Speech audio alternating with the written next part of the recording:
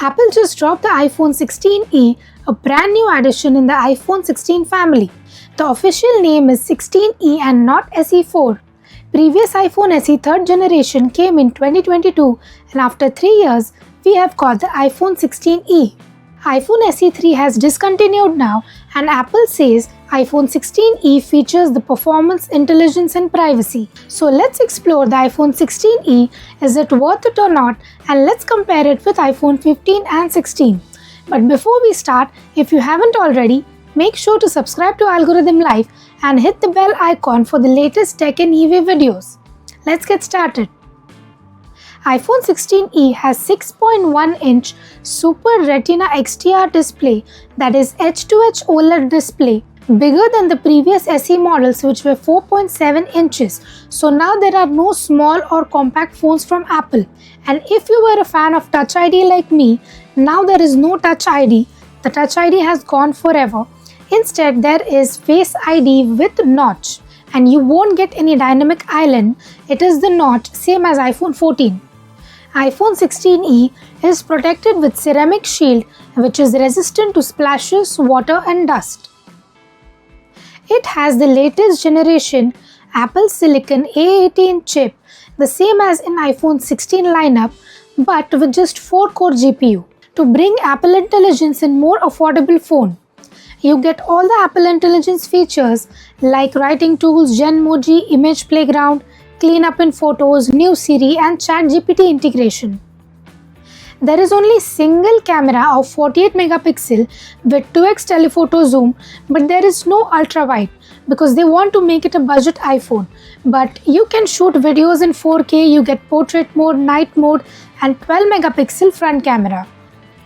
There is no mute switch now. The mute switch has also gone forever. It is replaced with the action button and you can do different customizations in action button. But in 16e, you won't get the camera control, but you can use visual intelligence from action button, so you won't feel the need of camera control. iPhone 16e has Apple's first in-house 5G modem called C1 for better efficiency. Previously they were using Qualcomm's modem, but this combination of C1 and A18 gives you a longer battery life of 26 hours of playback. This is more than iPhone 16, which is 22 hours, and even more than iPhone 15, which is 20 hours.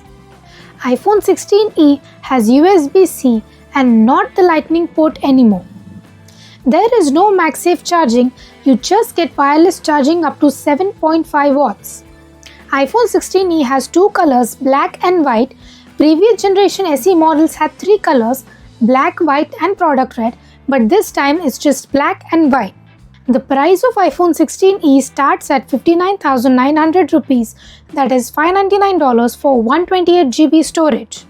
Previous SE models used to start from 64GB, so this is good that you get 128GB in the base model. If you go for higher storage models, then it is not an affordable iPhone anymore. Instead, you can buy iPhone 15, you can buy iPhone 16. It would have been better if the phone was below 50,000, that is below $500, because previous generation SE models used to start at $429. So here at this price point, people will get more other budget Android phone options with AI features rather than going with iPhone 16e. As AI has become the core component of each and every phone now, iPhone 16e has to come with Apple Intelligence. That's why there is A18 chip in 16e, so that you can use Apple Intelligence even in an affordable iPhone. And Apple wants you to use Apple Intelligence. Through this, Apple wants to reach more and more people. So the 16e becomes the cheapest way to experience Apple Intelligence, but at a higher cost than the previous SE models. If we compare iPhone 16e with iPhone 15, then you get a good camera with cinematic and action mode, you get dynamic island, MagSafe wireless charging up to 15 watts, but no Apple Intelligence. There is the older A16 chip and just 20 hours of video playback, which is less than 16e. And if this doesn't matter to you and camera is important, then you should go with iPhone 15. But if we compare iPhone 16e with iPhone 16, then obviously you get a very good camera dynamic island, camera control, MagSafe wireless charging up to 25 watts, 5-core GPU, and you can even do high-end gaming, which you cannot do on iPhone 16e. And if this doesn't matter to you and you want an affordable iPhone, then you can definitely go with iPhone 16e. And this one becomes a better value than previous SE models and iPhone 14, where you get Lightning port and there is no Apple Intelligence. If you want Apple Intelligence and long battery life but don't want to pay for iPhone 16, then you can go with iPhone 16e. Now, as the name here is 16e, is Apple going to launch these budget models every year like 17e, 18e? Well, we will get to know this in future, but what are your thoughts about this new iPhone 16e? Is it worth it or not? Do you think it's a best budget iPhone or an overpriced iPhone?